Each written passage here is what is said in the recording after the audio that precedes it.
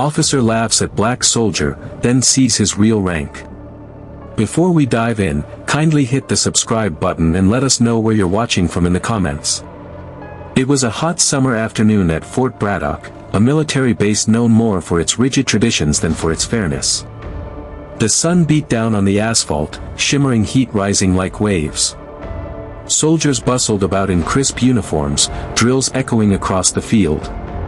But not everyone on this base was treated with the respect their service deserved. Private First Class Marcus Green knew that truth all too well. Marcus had grown up in the South, in a small town where his mother worked double shifts just to keep the lights on.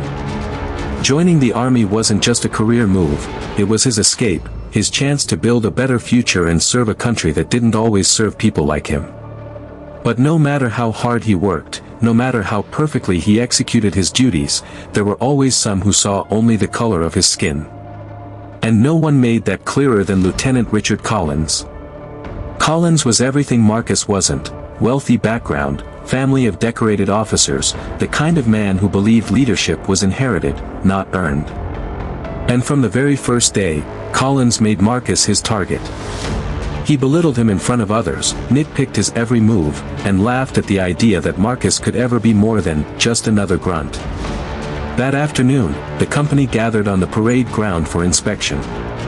Soldiers stood in tight formation, boots polished, uniforms stiff, sweat rolling down their faces. Lieutenant Collins strutted down the line, hands behind his back, smirk fixed in place. When he reached Marcus, he stopped. Slowly, deliberately, he circled him like a vulture. Well, Collins sneered. If it isn't Private Green. Tell me, did you even bother shining those boots? Or were you too busy dreaming about the NBA? Snickers rippled through the ranks. Marcus stayed silent, eyes forward, jaw clenched. He'd learned long ago that answering back only gave men like Collins more fuel. But Collins wasn't finished. You know what, Private? Men like you don't belong here. This is the U.S. Army. This is for real soldiers, not charity cases. You'll never rise higher than this, standing at attention, following orders, cleaning up after real leaders. The laughter grew louder. Marcus felt his chest burn, but he kept his composure. He refused to let Collins break him. Finally, Collins moved on, still chuckling. But the sting lingered. What no one knew, what Collins could not imagine, was that Marcus Green was not just a private. He was also Captain Marcus Green. Because months before, after years of grueling training and top performance, Marcus had been promoted to captain in the Army Reserves. But his orders hadn't been processed fully into this active duty unit, leaving him temporarily placed as a private during transition. It was a technicality, a paperwork delay. One that Collins had seized upon, never bothering to check Marcus's full record. And Marcus, humble as he was, never flaunted his achievements. He believed respect should come from action, not titles. But that day, the truth was about to come out. Later that evening, the base commander called a surprise meeting in the hall. All ranks were required to attend. Soldiers filed in, whispering about rumors of a new assignment. Collins leaned back in his chair, smug as ever, while Marcus quietly took his place at the end of the row. The commander entered, clearing his throat. Gentlemen, we have a new officer joining this unit. A man with impeccable service, decorated achievements, and leadership we sorely need. He turned toward the side door. Please welcome Captain Marcus Green. Every head in the room swiveled. And there, stepping forward in full officer uniform, bars gleaming on his chest, was Marcus himself. The hall erupted in stunned gasps. Soldiers who had laughed at him hours earlier now stared with wide eyes. Collins' smirk collapsed, his face draining of color. Marcus walked to the front, every step steady, his gaze never leaving Collins. He saluted the commander, then turned to address the unit. I know some of you see me as just another face in the crowd, Marcus said, his voice calm but strong. Some of you laughed, doubted, even disrespected me. But rank isn't given because of where you come from. It's earned through sacrifice, discipline, and courage. And let me tell you, dignity doesn't wear a uniform. It lives in how you treat people, whether they're a private or a general. The room fell silent, the weight of his words heavy. Then, slowly, soldiers began to nod. Respect bloomed where doubt had lived. Marcus had not only claimed his rightful rank, he had earned their admiration. But the most powerful moment came when he turned directly to Collins. "Lieutenant," Marcus said evenly, "from this day forward, you will follow my orders. And let me remind you, the measure of a man is not in how he treats those above him, but how he treats those he thinks are beneath him." Collins swallowed hard, forced to salute the very man he had mocked. The irony was sharp, justice undeniable. The tables had turned. Marcus didn't gloat. He didn't laugh. He simply nodded, letting the moment speak for itself. Because this wasn't about revenge, it was about respect. And as he looked out at the room, at the faces of soldiers now seeing him in a new light, Marcus gave them the life lesson they would never forget. Never underestimate the man beside you. Because the one you mock today, may be the one you salute tomorrow. The hall thundered with applause. Justice, for that moment, had been served. But just as the applause swelled, Marcus noticed something strange. In the back of the room, a figure in plain clothes slipped out quietly, making a quick call on his phone. Marcus' instincts sharpened. Something wasn't right. Because this wasn't just about respect on the base. There were bigger forces at play. And as the night deepened, Marcus realized the fight he thought he'd won was only the beginning of a far greater battle. The applause still echoed in the hall long after Captain Marcus Green stepped away from the podium. For the first time since he had set foot on Fort Braddock, he felt the weight of years of mockery and disrespect lift from his shoulders. Justice had been served, at least in part. But deep inside, Marcus knew better. Justice rarely came without consequences. As the soldiers filed out, Marcus caught a glimpse of that shadowy figure who had slipped out earlier. Civilian clothes, but with the posture of someone who had spent years in uniform. The man hadn't applauded. He hadn't even looked surprised. Instead, he had simply left, phone pressed to his ear, his eyes darting back once as though making sure Marcus had noticed. And Marcus had. That night, as the base settled into uneasy quiet, Marcus sat in his quarters. His mind replayed the humiliation Collins had put him through earlier, then replayed the stunned silence when the truth came out. He should have been satisfied. He should have celebrated. But something gnawed at him. That man's face. That quick exit. That phone call. In the army, nothing ever happens by accident. The next morning, Marcus was summoned to the commander's office. Colonel Hughes, a grizzled veteran with eyes that had seen too much war, didn't waste words. "Captain Green," Hughes said, sliding a file across the desk, "I'm moving you into a new assignment. Effective immediately, you'll be taking over Bravo Company. They need discipline, and you've shown you can command respect. Congratulations." Marcus opened the folder. Bravo Company. A troubled unit, plagued with misconduct reports and unusually high turnover. On paper, it looked like a nightmare. But Marcus wasn't one to shy away from a challenge. He snapped the file shut and saluted. "Yes, sir." But as Marcus turned to leave, Hughes added something that froze him mid-step. "Oh, and Captain, one more thing. Watch your back. Not everyone here is happy about your promotion." The words lingered in the air like smoke. Marcus took Bravo Company with determination. From the moment he walked into their barracks, he could feel the tension. Soldiers lounged carelessly, equipment half-maintained, chatter louder than respect. They didn't expect much from him. They didn't know him. But Marcus wasn't there to earn their laughter, he was there to earn their trust. He spoke to them not as subordinates but as men and women carrying the same burdens he had carried, long deployments, endless sacrifice, sleepless nights, and often, a lack of recognition. Slowly, he began to win them over. Yet, in the background, trouble brewed. Lieutenant Collins hadn't taken the humiliation lightly. Though he now had to salute Marcus, his pride burned. Every glance, every muttered word carried venom. And Marcus noticed, Collins was always near that shadowy civilian. Meeting in corners. Whispering. Watching Marcus. One evening, Marcus returned to his quarters to find his door slightly ajar. His instincts went cold. Quietly, he pushed it open and scanned the room. Papers scattered. His laptop powered on, files left open. Someone had been searching. On his desk, a single note, "Go back where you came from.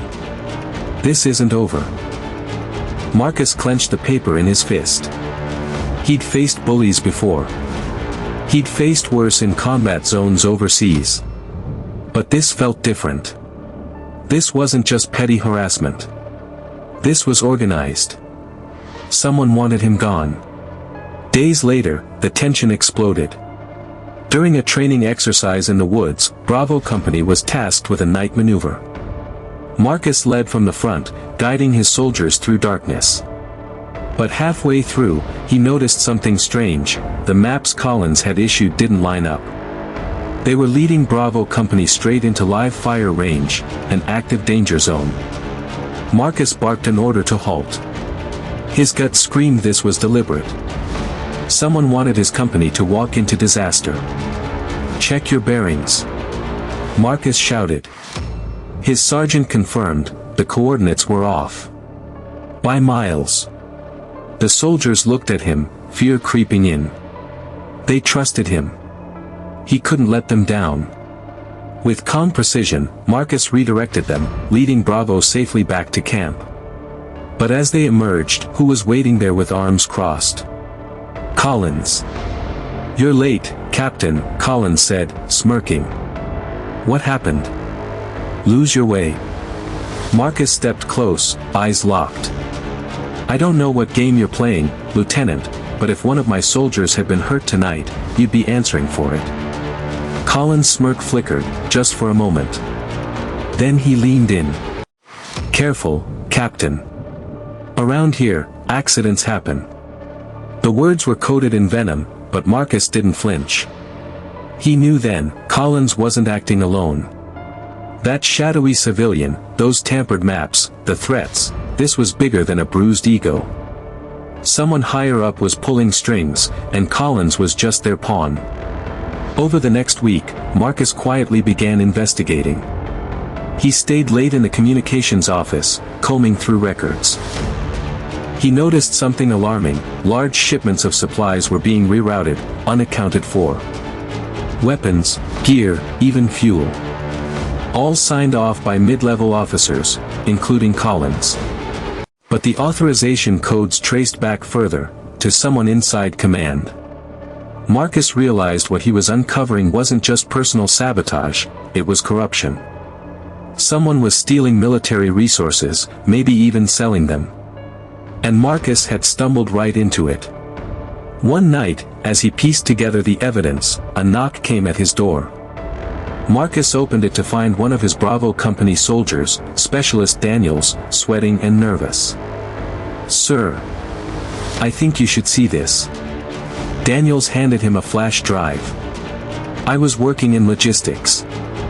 I found files they didn't want me to see. They're planning something. And Collins, he's in deep." Marcus plugged it in. What he saw made his stomach drop. Documents. Wire transfers. Secret meetings. And a date, circled in red. Just 2 weeks away. Whatever was happening, it wasn't just about stolen supplies. It was something bigger. Something dangerous. Marcus leaned back, the weight of it settling on his chest. This wasn't just about him proving himself anymore. This was about stopping a conspiracy that could endanger lives. But as he looked at Daniels, fear etched on his young face, Marcus knew the risk. If Collins and his backers suspected Marcus had this evidence, they wouldn't hesitate. They'd come for him. And then it happened. That very night, as Marcus finished securing the flash drive, his light suddenly went out. Darkness swallowed his quarters. A second later, the window shattered. A brick crashed onto the floor, wrapped in cloth. Marcus unwrapped it and froze at the words scrawled inside. "You don't know who you're dealing with. Stop digging, or next time, it won't be a warning." Marcus stared at the shattered glass, the night air rushing in. His jaw tightened. They wanted him scared. They wanted him silent. But he'd faced death before. He wasn't about to back down now. He turned off the flashlight, loaded his sidearm, and whispered to himself. "You picked the wrong soldier." Because Captain Marcus Green wasn't just fighting for respect anymore. He was fighting to expose a truth that could shake the entire base. And as he sat in the darkness, listening to footsteps retreating into the night, he knew one thing for certain. The real war had just begun. The night was still, but inside Captain Marcus Green's quarters, silence was a weapon. The shattered glass crunched beneath his boots as he paced, the brick's threat replaying in his mind. He knew now, this wasn't just harassment. This was war. The flash drive Daniels had given him contained everything: supply records, illegal transfers, money laundering tied to Collins and men higher up the chain. Marcus had uncovered a conspiracy worth millions. But the deeper truth? It reached into command itself. Someone with power was orchestrating it all. And Marcus had just put himself squarely in their crosshairs. The next morning, before Marcus could even brief his company, MPs stormed into the barracks. Soldiers froze as the military police dragged Marcus out in handcuffs. Captain Marcus Green, the lead MP, barked. "You're under arrest for theft of government property and conspiracy against the United States Army." Gasps erupted. His soldiers shouted protests, but the MPs shoved them back. Marcus didn't resist. He knew this was their play: frame him, silence him, and bury the truth. As they led him across the base, Marcus' eyes locked on one man smirking in the crowd, Lieutenant Collins. Collins leaned close as Marcus was pushed into the truck. "Told you, Captain. Around here, accidents happen." The cage was tightening. Marcus was thrown into a holding cell. Hours turned into days. No visitors. No calls. No chance to defend himself. The flash drive, his only proof, was gone, confiscated the moment he was arrested. But Marcus wasn't alone. Specialist Daniels, the young soldier who had risked everything to hand him the evidence, wasn't about to let his captain go down without a fight. With quiet determination, Daniels reached out to a friend in IT, recovered backup files, and spread whispers through Bravo Company. Soon, the soldiers Marcus had led with dignity began to stir. Word spread, their captain was being railroaded. Meanwhile, in his cell, Marcus replayed every moment. He thought about his mother's sacrifices, the promises he'd made to her. He thought about the humiliation Collins had heaped on him, and the irony of now being painted as the criminal. And he thought about his soldiers, the men and women who had begun to believe in him. He couldn't let this stand. 3 nights into his arrest, Marcus was jolted awake. The cell door creaked open. A guard stepped inside, whispering urgently. "Captain, you don't know me, but I know you. I've seen the kind of leader you are. They're transferring you tomorrow to a black site. If you go, you'll disappear. You need to move, tonight." Before Marcus could respond, the guard slipped him a key. Freedom dangled in his palm. Marcus hesitated. Escaping would make him look guilty. But staying meant being erased. He made his decision. That night, with shadows as his cover, Marcus slipped from the cell. Alarms stayed silent, the guard had cut the feed. Moving quickly, Marcus ducked into the woods bordering the base. Every sound felt like a siren. Every step like thunder. By dawn, he reached an abandoned cabin deep in the trees. Inside, waiting nervously, was Daniels. "Sir," Daniels said, relief flooding his face, "I've got the files. Everything. Collins is moving supplies tonight. If we catch him in the act, we can expose this whole operation." Marcus' jaw tightened. This was it. The showdown. That evening, under cover of night, Marcus and Daniels crept toward the motor pool. Through binoculars, Marcus spotted Collins loading crates into unmarked trucks. Weapons. Ammunition. Even medical supplies. Soldiers stood guard, but their faces were uneasy. Many were unwilling pawns. Marcus stepped out of the shadows, voice steady. "Lieutenant Collins." The guards froze. Collins spun, shock flashing before his smirk returned. Well. The fugitive captain. Should have stayed in your cell." "This ends tonight," Marcus said, stepping closer. "I know about the shipments. The accounts. The transfers. You're not just stealing from the army, you're stealing from the people we swore to protect." Collins laughed coldly. "And who's going to believe you? You're a runaway in the woods. I've got the papers, the witnesses, the command on my side. You've got nothing." Marcus glanced at Daniels, who lifted his phone. "That's where you're wrong. We've been recording since you opened your mouth."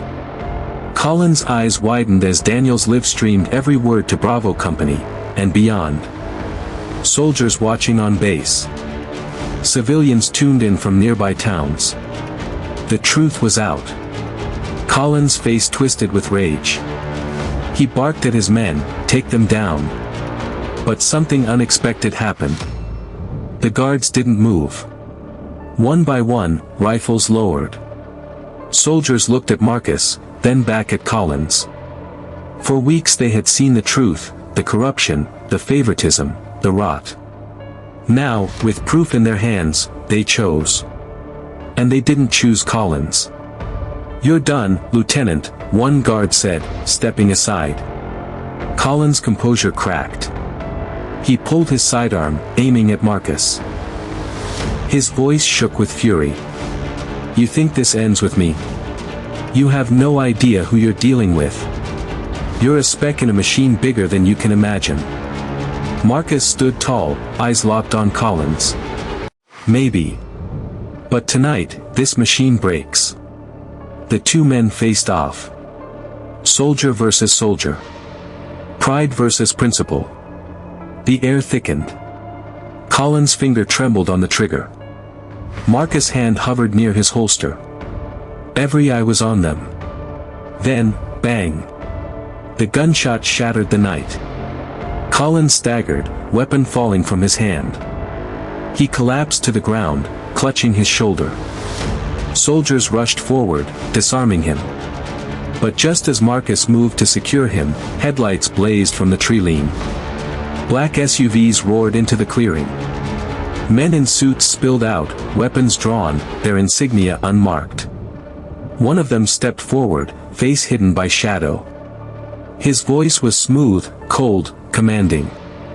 "Well, Captain Green," the man said. "You've made quite a mess. But if you think bringing down Collins ends this, you're dead wrong. He was just the beginning." Marcus' breath caught. Collins hadn't been lying, he was just a pawn. The man nodded to his team. "Take them both. The captain and his pet private. The others? If they resist, eliminate them."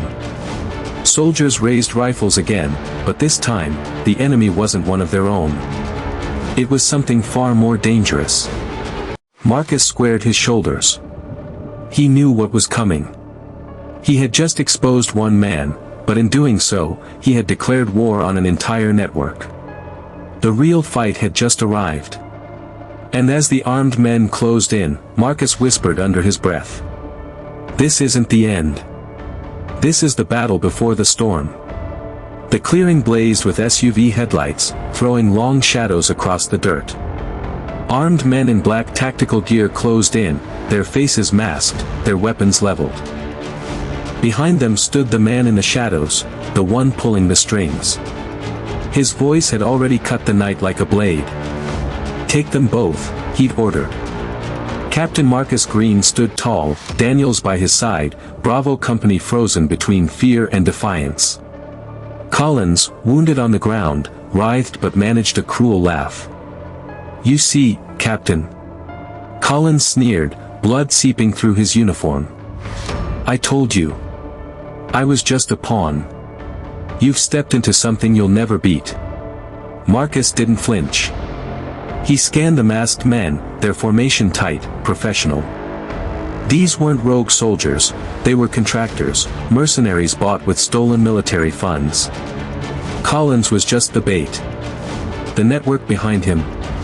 That was the beast. "Soldiers of Bravo," Marcus called out, his voice steady even against the ring of rifles. "You swore an oath, to defend this country against all enemies, foreign and domestic. Look around you. These men are no allies. They're thieves, traitors, hiding behind shadows. Are you going to let them take us? Or are you going to stand as soldiers of the United States Army?" The mercenaries tightened their grips. The silence was suffocating. And then, like a spark in dry grass, one Bravo soldier stepped forward. Then another. Rifles rose, not at Marcus, but at the mercenaries. The shadowed man chuckled darkly. "So this is your rebellion? Fine. Kill them all." Gunfire erupted. The woods exploded with chaos. Bullets ripped through the night. Sparks flew as rounds ricocheted off vehicles. Soldiers dove for cover, shouting commands. Daniels stayed close to Marcus, the flash drive clutched tight in his pocket like a sacred key. Marcus moved like the leader he was born to be, directing fire, guiding his soldiers, pulling men to safety. But the mercenaries were ruthless, trained killers with heavier weapons. For every enemy that fell, another pressed forward. In the chaos, Marcus spotted the shadowed man retreating toward an SUV. His instincts screamed, "That's the one. Take him down, or this never ends." "Daniels!" Marcus shouted. "Keep the evidence safe. Get it out if I don't make it." Daniels' face tightened. "Sir." "Do it." Marcus barked, then sprinted into the storm. He weaved through fire, adrenaline flooding his veins. Reaching the SUV, Marcus lunged, tackling the shadowed man to the ground. The mask tore free. And Marcus froze. It wasn't just some nameless contractor. It was Colonel Hughes. The very commander who had promoted him. The man who had warned him to watch his back. The mentor he thought was on his side. Hughes' eyes gleamed with cold calculation. "You really think you earned that promotion on merit? I put you there to keep you close. To watch you. And now you've ruined everything." Marcus' fists clenched. "You used this base to fund your empire. You betrayed your oath. You betrayed every soldier who trusted you." Hughes snarled, pulling a concealed knife. "And I'll do it again. Because power isn't about oaths, it's about control." The two men clashed, steel against strength. The fight was brutal, primal. Marcus blocked, struck, staggered, bled. Hughes was older, but fueled by desperation. They grappled in the dirt, headlights casting them in a hellish glow. Back in the clearing, Bravo Company rallied. With Marcus' courage burning in their veins, they pressed back the mercenaries, pushing them toward retreat. Daniels ducked behind cover, uploading the files to every secure channel he could reach. The truth was spreading, unstoppable. But Marcus was still locked in combat. Hughes slashed across his arm, the knife biting deep. Marcus roared in pain but held his ground. "You don't deserve that rank." Hughes spat. Marcus grabbed Hughes by the collar, forcing him back. His voice thundered with every ounce of his soul. I didn't fight for rank. I fought for respect. For honor. For the people you've sold out. With a final surge, Marcus twisted Hugh's wrist, sending the knife clattering. Then, with one decisive strike, he dropped the colonel to the ground, unconscious. The clearing fell silent. Mercenaries fled into the woods, their leader fallen, their power broken. Bravo soldiers stood victorious, battered but unbroken. Marcus staggered, blood on his arm, chest heaving. Daniels rushed to him, holding up his phone. "Sir, it's done. The files are everywhere. The world knows. They can't bury it now." Marcus looked at the fallen Hughes, then at his soldiers. "Then it's over." But just as those words left his lips, a sound shattered the calm. The distant chop of helicopter blades. Everyone looked up. Out of the darkness, a military helicopter descended, searchlights blazing.